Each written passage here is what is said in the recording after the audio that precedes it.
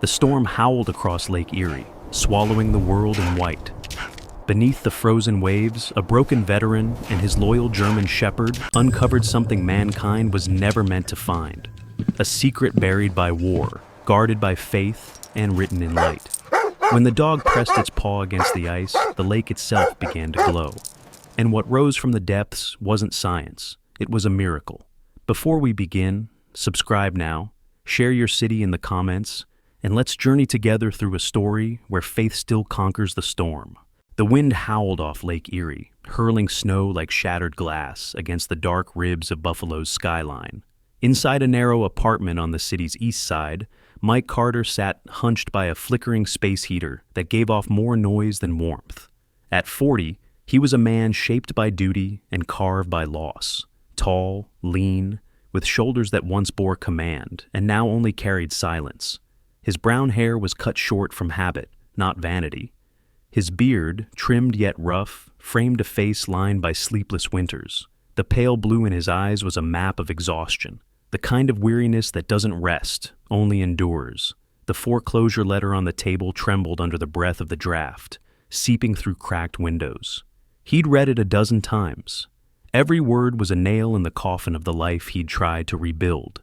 For 7 years, he'd lived like a ghost, since his discharge from the Army Rangers, haunted by a single explosion in the Kunar Valley. The blast that took Adam Brooks, his best friend and commanding officer. In that moment, part of Mike had stayed buried beneath the Afghan sand. He leaned back, the chair creaking in protest, and whispered to the empty room, "You always found a way, didn't you, Adam?" The silence answered like a punishment.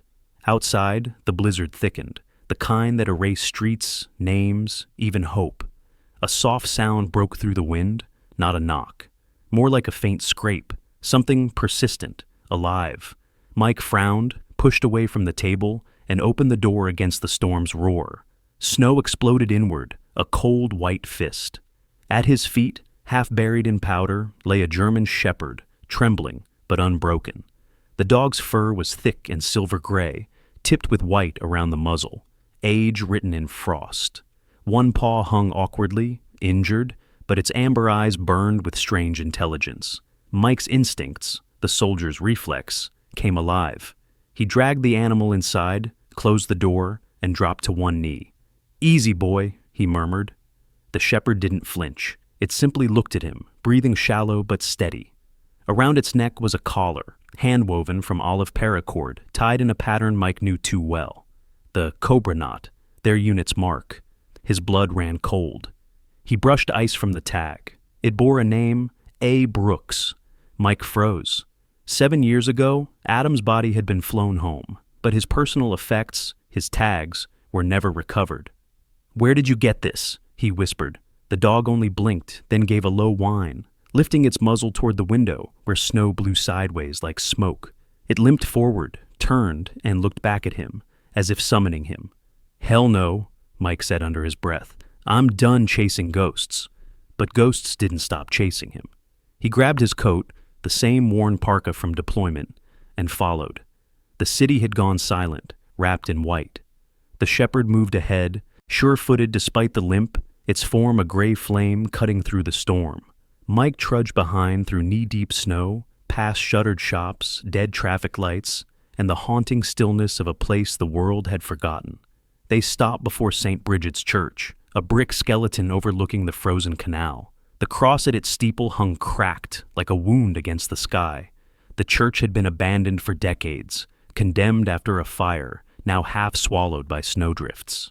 The shepherd trotted toward the bell tower's base, where an ancient door sagged inward. Mike hesitated, his breath fogging the air.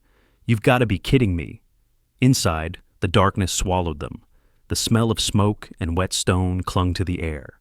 Pews lay broken, hymnals turned to mush beneath the snow that seeped through holes in the roof. At the far end, beneath the fractured stained glass, stood a clock mechanism, the old tower's heart, its gears corroded, its hands frozen at 11:11. The shepherd padded straight to it and began pawing at the base, whining softly. Mike crouched. There, under a layer of grime, he saw something glint, a slot, narrow and rectangular, the kind made for a tag or a thin piece of metal. He reached for his pocket, pulled out the tag the dog had carried, and slid it in. The gears groaned to life with a cough of dust and echoes.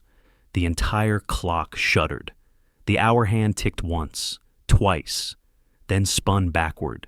Somewhere beneath them, a mechanism clicked. The floor vibrated. A section of stone at the altar's base shifted aside, revealing a narrow staircase spiraling down into darkness. Warm air, impossibly warm, drifted up from below. Mike stared. The shepherd wagged its tail once, eyes gleaming in the dim. "No way Adam built this," Mike muttered, but the knot in his stomach said otherwise. He took the first step down. Each creak of the iron stairs echoed like a heartbeat. The air grew thick with oil and dust, then steadied into something electric, faint hums of unseen machines. At the bottom lay a steel door with faded stencils. Erie Rescue Command Center. "Not a church basement," Mike whispered. "A control post." The shepherd sat beside him, tail sweeping the floor once, twice, like punctuation. Mike reached out, ran his hand along the cold handle, and stopped. His reflection in the metal looked like a stranger. Hollow eyes, snow-caked beard, a man who'd lived too long in silence. For a heartbeat, he thought of turning back, of climbing those stairs, locking the church behind him, letting the storm bury everything again. But then the dog pressed its head against his hand, firm, steady, alive. The warmth of it broke something in him. He turned the handle. The hinges moaned like the dead waking. The smell of ozone and iron flooded his senses. Rows of dormant screens flickered faint blue in the dark. Maps, radios, power cells still faintly humming. Someone had kept this place, breathing. "Adam," Mike whispered. "What the hell did you do?" The shepherd stepped forward, paw pads silent on the metal floor, eyes catching the light like molten gold. It moved straight to a terminal and sat, staring at the blank monitor as though waiting for it to speak. Mike approached slowly, heart pounding, reaching toward the keyboard. His fingers hovered, then pressed one key. The monitor came alive with a single line of text. "Access granted." "Welcome back, Captain Carter." Mike's breath caught. His heart stumbled in his chest. The dog gave a low, knowing growl, as if the ghost of Adam himself had just whispered from the machine. Somewhere deep in the darkness beyond the monitors, a faint mechanical whir began, slow, rhythmic, deliberate, like something waking up after years of sleep. And then, from one of the old speakers above, a voice crackled, distorted but human. "Mike, if you're hearing this, it means the storm found you." The light flickered once, twice. The shepherd turned toward him, ears erect. Mike's hand trembled above the keyboard. Then the voice continued, calm and familiar. "You've got work to finish." The monitors all went black at once. The hum in the walls grew louder, steady and pulsing like a buried heartbeat. Dust drifted from the ceiling as long, silent circuits came alive, washing the steel chamber in a dim amber glow. Mike Carter stood in the doorway, snow melting off his shoulders. His breath caught between disbelief and awe. The Erie Rescue Command Center, that name stenciled in peeling black paint, had been dormant for decades, yet now it breathed again, like a creature roused from hibernation. Beside him, Max, the old German shepherd with silvered fur and watchful amber eyes, sniffed the air and wagged his tail once before pacing forward with a soldier's purpose. Mike's boots echoed across the grated floor. The main hall was a cavern of forgotten machinery, rows of weathered consoles, cracked monitors, a long map table pinned beneath yellowed acetate. The smell of ozone mingled with rust and something faintly organic, like dried leaves. He brushed his hand across a control panel, leaving streaks on the layer of grime. "What were you hiding down here, Adam?" he muttered. The dog moved ahead toward a cluster of humming screens, his nails clinking softly on the metal. One screen blinked awake, showing a single prompt: "Enter identification." Mike hesitated, then pulled the tag. The one marked A. Brooks from his pocket and held it under the scanner. A flash of red light passed across it, followed by the same calm mechanical tone as before. "Access granted. User, Captain M. Carter." The rest of the room stirred. Generators rumbled. Panels blinked to life in staggered waves. Somewhere in the ceiling, a turbine groaned into motion, venting a faint hiss of warm air. Mike squinted against the glare of the monitors as data spilled down them. Strings of coordinates, weather telemetry, coded communications. Then, a video file opened automatically. The grainy image of Adam Brooks filled the central screen. He was younger, cleaner, alive. His sandy blonde hair cropped short, the same steady steel-gray eyes Mike remembered from deployment. Even in the low-resolution footage, Adam's voice carried that quiet authority that had once anchored their unit through chaos.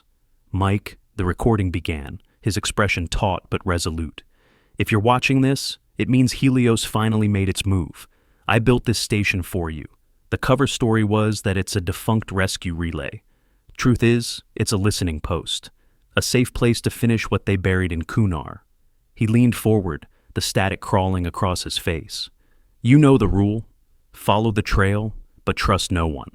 Especially if they show up calling themselves government." The video cut abruptly to black. Mike swallowed hard, his throat dry. The walls seemed to close in around him. "You always did love your cryptic briefings," he muttered. The dog gave a small whine as if agreeing. The sound of footsteps startled him. He spun around, hand instinctively dropping to the old carbine resting against his pack. But it wasn't an enemy, it was the soft shuffle of someone descending the staircase. A flashlight beam cut through the dust. "Mr. Carter?" A woman's voice called, firm yet uncertain. From the shadows emerged Sarah Whitlock, mid-30s, wrapped in a thick olive coat dusted with snow. She was tall, lean, and carried herself with the wary confidence of someone used to walking through broken neighborhoods after dark. Her hair, dark auburn streaked with premature silver, was tied messily beneath a wool cap. A faded scar traced the edge of her jaw, a memory from some earlier fight. Her eyes, sharp green and restless, scanned the room like a hawk's. Mike stiffened. "Who the hell are you?" "Reporter," she said, flashing a weathered press badge. "Or I used to be. Buffalo Chronicle. I've been tracking this site for months. Saw the lights come on during the storm." Her tone was brisk, the kind of controlled courage journalists use when they're scared, but hiding it. "Wasn't expecting company, or whatever this is." Mike lowered the rifle slightly but didn't relax. "This place is restricted."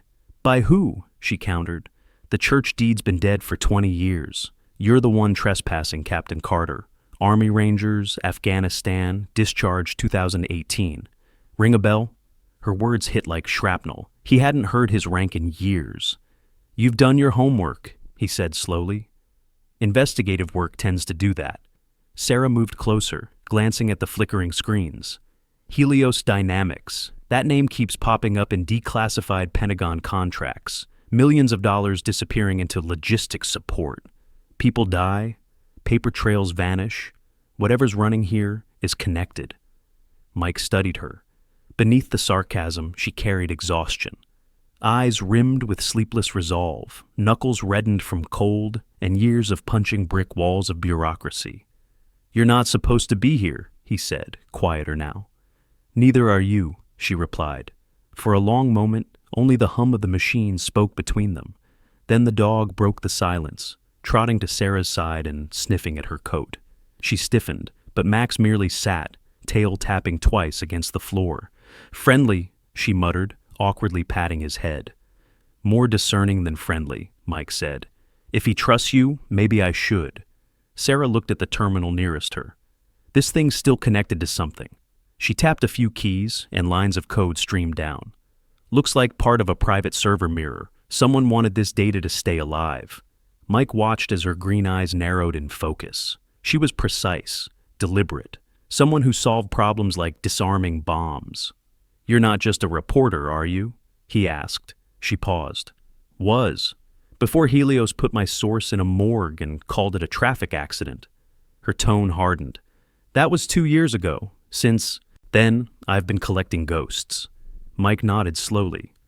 "Then you and I are in the same business." The screen suddenly flickered again. Lines of static ran like lightning across them. A voice, mechanical, deep, distorted, crackled through the intercom. "Unauthorized access detected. Identify or be purged." Sarah's head snapped toward the ceiling speakers. Please tell me that's a recording.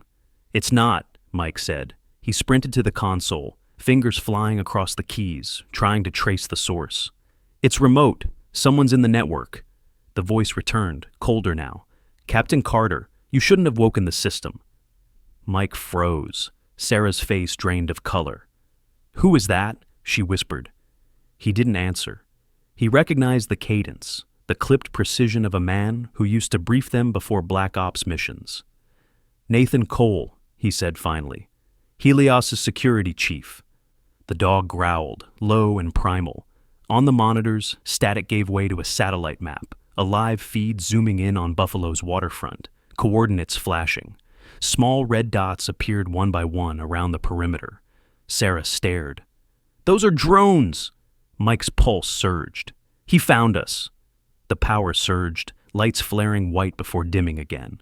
Somewhere outside, the faint hum of rotors echoed through the storm. Mike grabbed his gear, slinging the rifle over his shoulder. Sarah's voice trembled despite her composure.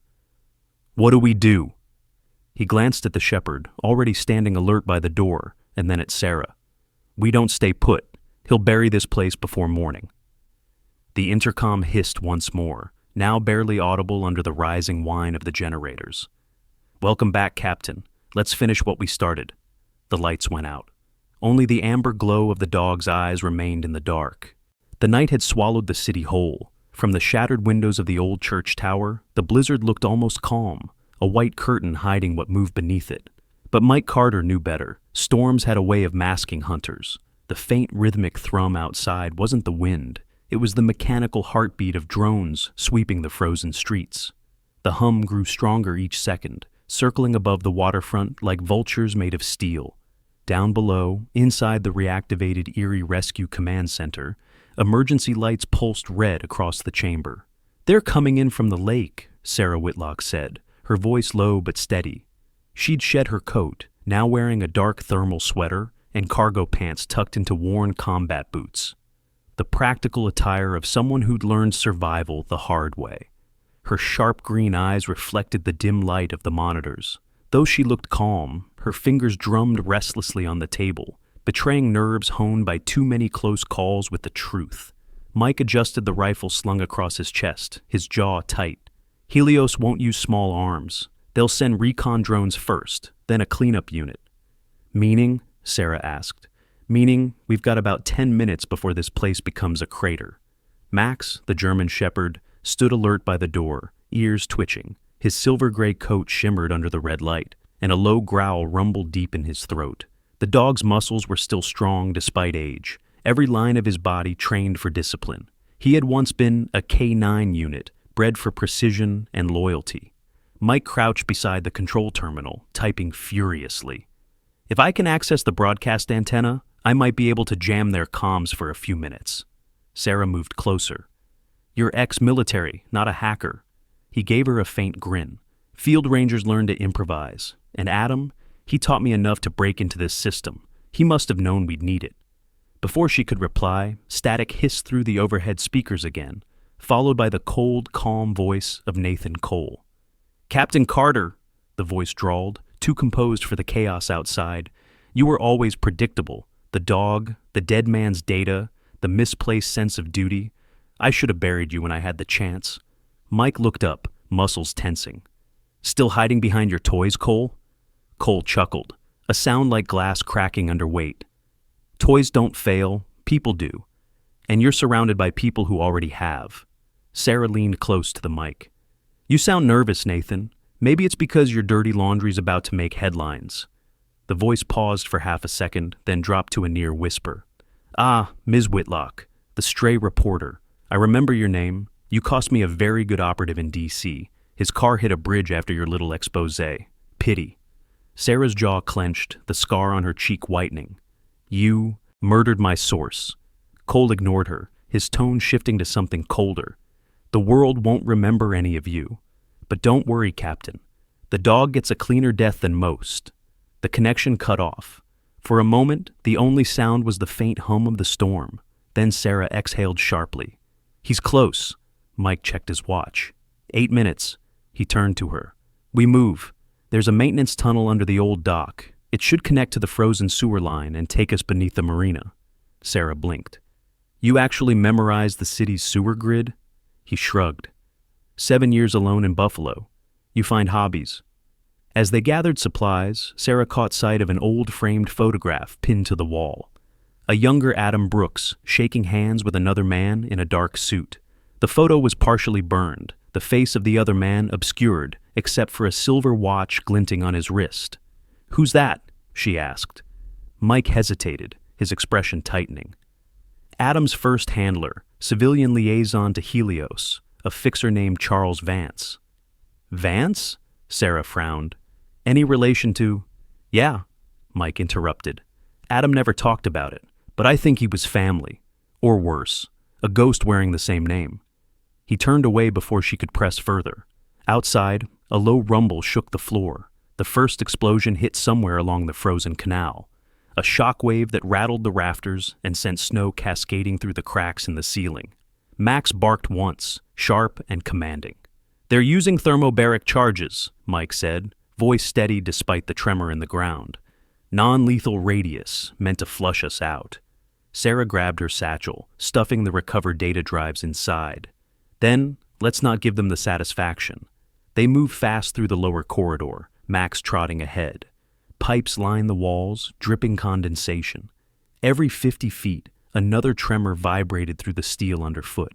Methodical, like the footsteps of a giant. Halfway down, they reached a reinforced hatch. Mike slammed his shoulder against the wheel, forcing it open. Beyond it stretched a tunnel of concrete slick with ice, leading toward the docks. The cold air bit like razors. Sarah shivered but followed. If we die here, remind me to write a really poetic obituary, she said. You're assuming there'll be anyone left to read it. Despite the tension, her lips curved faintly.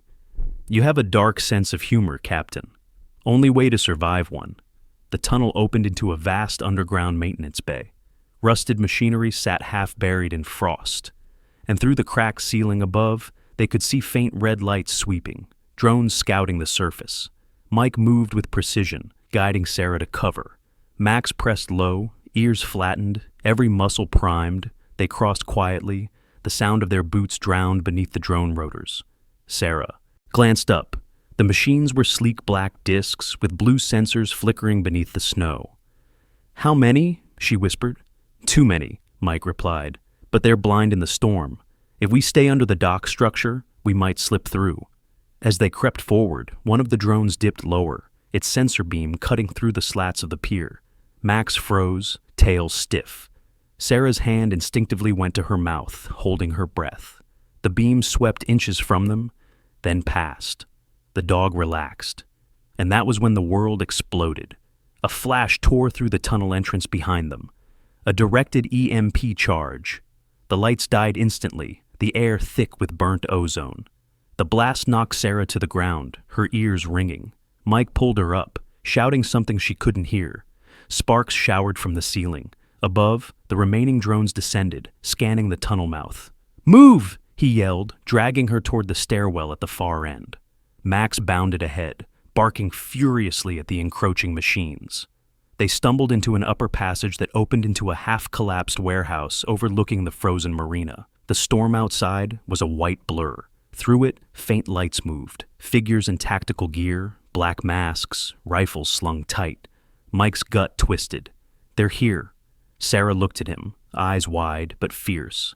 Then let's make it count. She dropped to one knee beside a shattered window, pulling a compact pistol from her belt. For Adam, she whispered. Mike loaded his rifle, chamber clicking like a heartbeat. For all of them. Max crouched between them, growling low, breath steaming in the cold. Outside, the figures advanced in formation. 8 of them, disciplined, efficient. The lead man carried a compact drone controller on his forearm. Even from this distance, Mike could make out the glint of a silver watch beneath his glove, the same watch from the photo in the command room. Charles Vance, Mike muttered. He's alive. Before Sarah could react, a spotlight from a drone cut through the storm, locking onto their window. Bullets tore into the wall. Glass exploded inward. Mike tackled Sarah to the floor, shielding her with his body as debris rained down. The shooting stopped as suddenly as it began. Outside, the storm howled again, and through the shattered window, the silver watch gleamed once more. Then, a voice, deep, calm, and unmistakably human, called through the snow. "Stand down, Carter. You're walking in circles Adam drew for you." Mike raised his head, blood trickling from a cut on his temple, eyes burning with recognition and rage. It wasn't Nathan Cole this time. It was the ghost who had worn Adam's name. Charles Vance was alive, and he had brought an army. The snowstorm raged like a living thing, clawing at the broken windows of the warehouse as Mike Carter, Sarah Whitlock, and Max crouched behind a fallen beam. Wind howled through the shattered panes, carrying the faint metallic tang of gunpowder. Outside, red targeting lights cut across the whiteout like predator eyes. Charles Vance's men moved in formation, shadows merging with the storm, methodical and silent. Mike's breath fogged in the freezing air, his rifle steady, but his pulse hammering. Sarah crouched beside him, clutching her pistol, her knuckles pale. The journalist's composure was cracking for the first time. Her sharp green eyes darted between the windows and Mike's face, trying to read him like another line of code. "You said Vance was dead," she whispered. "I buried his name," Mike said quietly. "Not the man." Charles Vance stood in the open snow, calm amid chaos. He was in his late 40s, tall and broad-shouldered, his black tactical coat tailored with military precision. His hair, once dark, was now silver at the temples, slicked back neatly despite the snow. The years had chiseled his face into hard lines. A faint scar ran from the corner of his mouth to his jaw, a souvenir from some forgotten battlefield. His eyes, cold gray and sharp as a scalpel, were the kind that assessed and discarded human life like logistics. Vance's voice carried easily through the storm, clear, confident, utterly in control. "Come out, Captain," he called, his breath visible in the air. "You don't have to die for a dead man's mistakes." Mike leaned closer to Sarah. He was Adam's handler during Black Ops deployment, trained us, used us, then sold us. Adam found out Helios was funding both sides of the war. "And Vance killed him?" Sarah asked. Mike shook his head slowly. "No, Adam walked into the ambush himself, to expose Vance. He must have thought he could outsmart him, but Vance doesn't lose." The sound of metal crunching outside interrupted them. Through the blowing snow, they saw a figure moving between the soldiers. Agent Lucas Harlow, Vance's field lieutenant. Harlow was in his early 30s, lean but strong, with a narrow face and piercing blue eyes that held a strange mix of loyalty and fear. His jaw was clean-shaven, his movements exact, but there was hesitation in the way he glanced at the ground before each command. He had the look of a man who followed orders but hated the reflection in the mirror afterward. "Perimeter sealed," Harlow reported, voice muffled through the mask. Thermal scans picked up 3 signatures inside. One human, one animal, one uncertain. "That's her," Vance interrupted smoothly. "The reporter, she's got the data drives. I want them intact." Sarah's eyes widened. "He knows about me." Mike nodded grimly. "They've been tracking your stories for months. You got too close to the wrong truth." Outside, Vance gestured.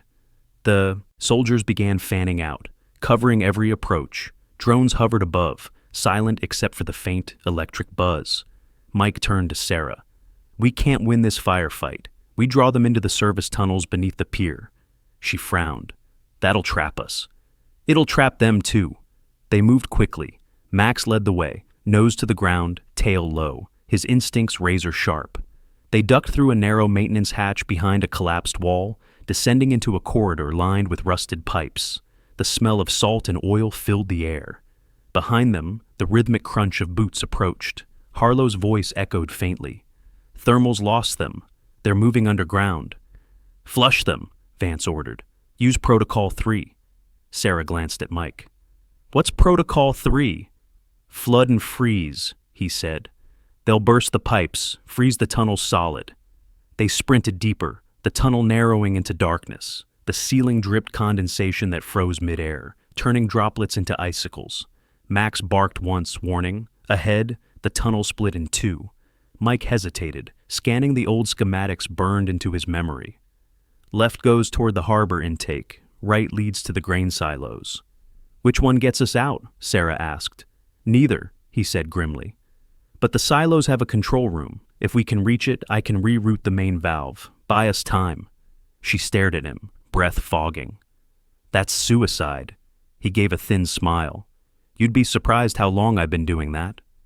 They took the right path. Water trickled under their boots, turning to slush. The tunnel walls vibrated as pressure built somewhere behind them. Vance's men were already breaching the valves. Mike grabbed Sarah's arm, pulling her through the darkness just as a thunderous hiss erupted behind them. A blast of icy mist rolled down the tunnel, freezing everything in its path. The temperature dropped like a blade. They burst through a corroded door into the silo control room, an industrial relic buried beneath decades of dust. The space was circular, lined with gauges and steel levers. A shattered window overlooked the frozen harbor beyond. The blizzard outside glowed faintly under the drone lights. Sarah collapsed against the wall, shivering violently. We're boxed in. Not yet, Mike said, moving to the central console. He brushed ice from the dials, searching for the manual override. Adam mentioned something about a failsafe here, something called Ghost Protocol. What is it? His insurance.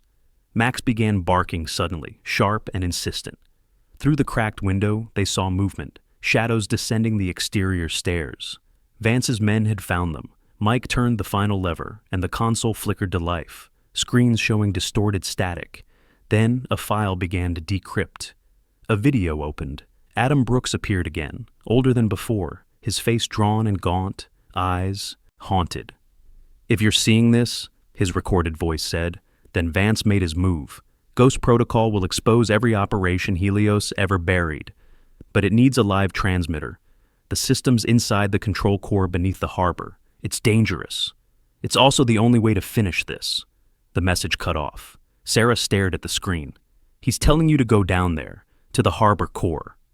Mike nodded slowly. That's what he built all this for. Suddenly, gunfire erupted outside. Bullets punched through the walls, showering sparks. Mike shoved Sarah to the floor, returning fire. The metallic scream of ricochets filled the air. One soldier fell through the window, landing hard on the frozen floor below.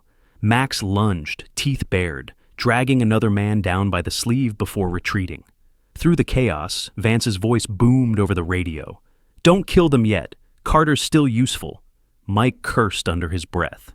He needs me alive for access to the ghost files. Sarah reloaded, hands shaking but controlled. Then let's make him regret it. They exchanged a look, a brief, silent understanding between two people who had run out of choices. Max stood between them, chest heaving, eyes fixed on the door. Then, over the wind, came a distant rumble from beneath the floor, a deep, rolling sound that wasn't thunder. Sarah frowned. What is that? Mike turned toward the control board. One of the monitors showed seismic readings spiking. His stomach dropped. They're not just flooding the tunnels. A muffled explosion shook the ground. The walls groaned. Cracks split through the concrete as water from the harbor began surging through the pipes.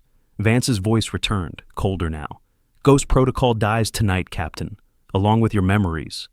The floor buckled, and icy water exploded upward through the vents, sweeping across the room. Mike grabbed Sarah's arm, shouting over the roar. Hold on to Max! The three of them were pulled toward the collapsing stairwell as the control room disintegrated. In the chaos, Mike glimpsed one last thing through the window. Vance standing on the pier, watching, his silver watch gleaming like a beacon in the storm. Then the floor gave way. They plunged into the freezing black water below. The world was nothing but cold and silence. The icy water pressed against Mike Carter's chest like a vice, stealing the air from his lungs as he kicked toward a faint shimmer of light below. His body screamed, but training took over. Breathe slow, conserve motion. Think like a soldier, not prey. Beside him, Sarah Whitlock fought the current, her auburn hair streaming behind her like a flame drowned in blue. Even under the freezing black, her eyes were fierce, green fire refusing to die. Between them, Max swam, the shepherd's movement steady, instinct guiding him through the labyrinth of debris and twisted steel. They broke through into an air pocket beneath the shattered silo dome. The water lapped against corroded metal, and through the dim red glow of emergency lights, they saw a steel door, partially open, stamped with the words, Core Access, Upasir Sak O Astai Authorized Personnel Only. The faint hum of generators echoed beyond. Mike hauled himself up, gasping, and pulled Sarah after him. "We're under the harbor," he said between breaths. "The Ghost Protocol Core should be just ahead." Sarah's lips were pale, her hands trembling as she wrung water from her sleeves.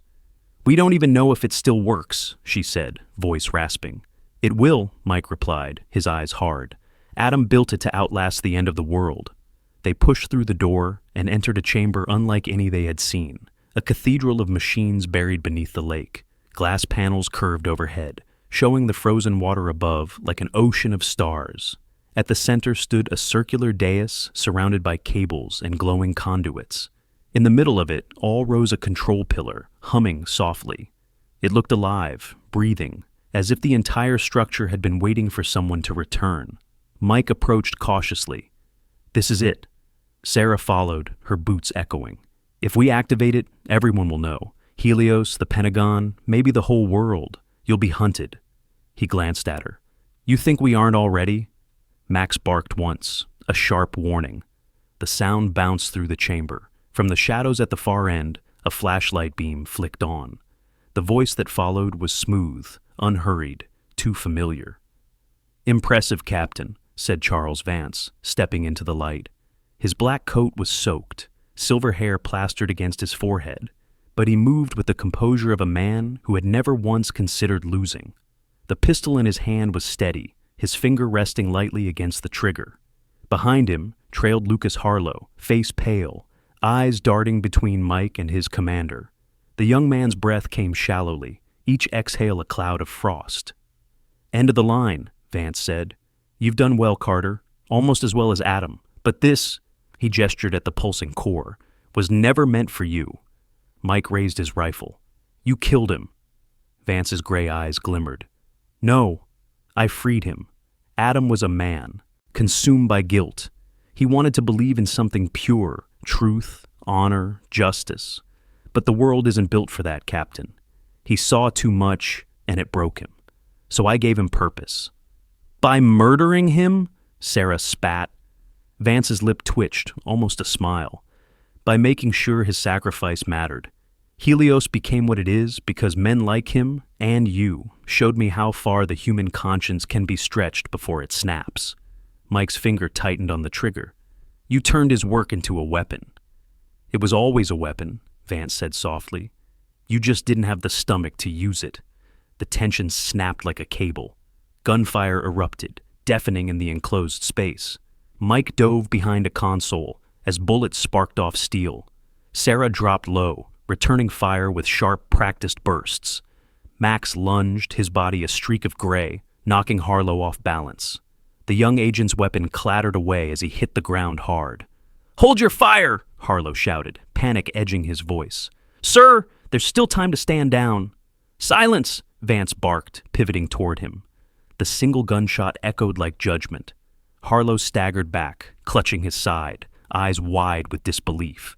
Mike surged from cover, firing. The bullet struck Vance's shoulder, spinning him against the railing. His pistol dropped into the water below. For the first time, the man looked mortal, blood darkening his coat. His composure cracked.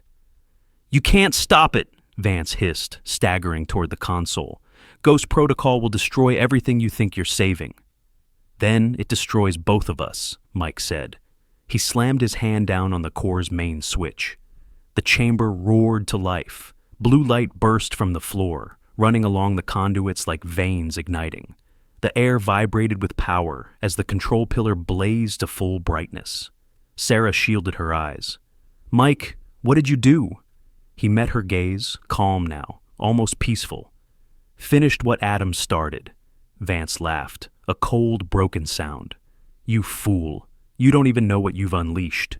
The floor trembled. The frozen water above began to crack, spiderweb fractures spreading across the glass ceiling. The light from the core reached upward, piercing the lake like a beacon. Miles away, across the sleeping city, encrypted servers and satellites began to flicker, Helios firewalls collapsing under the surge of released data. Every buried operation, every falsified report, every death Helios had hidden, all of it streaming into the world. Sarah's voice was barely a whisper. You did it. Mike nodded, his breath shallow. He did. He looked at the glowing terminal where Adam's name flickered across the screen, one last trace of the man who built the truth. Behind them, Vance lurched forward, trying to reach the console again. Max growled, lips pulled back. The dog leapt, pinning him down with all the strength left in his old frame. Vance froze, eyes locked with Mike's.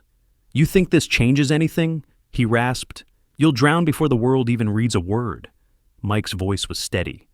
Maybe, but at least they'll know what kind of man you were. The cracks above deepened. A roar filled the chamber as the ice ceiling shattered and the lake came crashing down. The impact was cataclysmic, steel screaming, lights exploding, water swallowing everything. Sarah's hand found Mike's in the chaos. Max swam beside them, struggling against the torrent. Through the blur of collapsing light and shadow, Mike saw Vance disappear beneath the flood, his silver watch spinning once in the current before vanishing into the dark. And then, silence.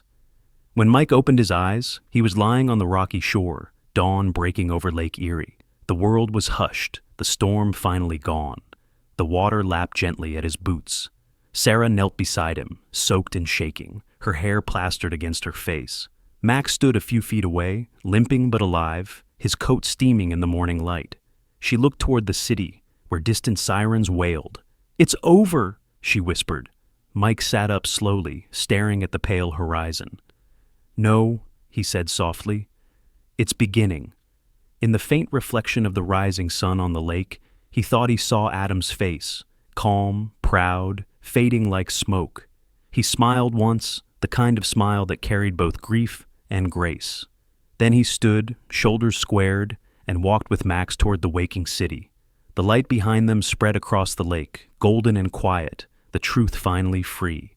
When the blizzard ended and the waters of Lake Erie turned still again, it wasn't just silence that filled the air.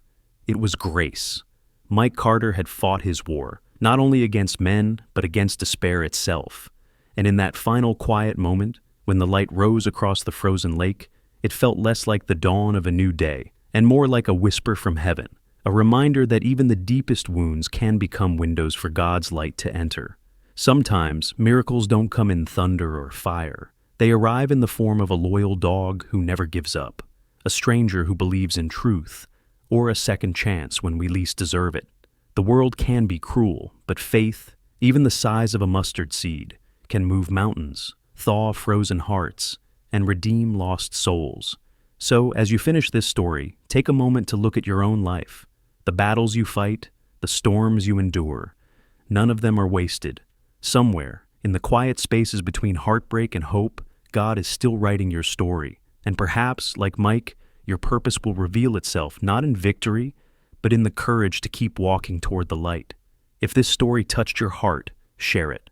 Someone out there may need a reminder that faith still heals, that love still endures. Comment below where you're watching from. Subscribe for more stories of courage, redemption, and the small miracles God hides in everyday life. May His grace guide you through every storm. God bless you, and every faithful heart that still believes in miracles.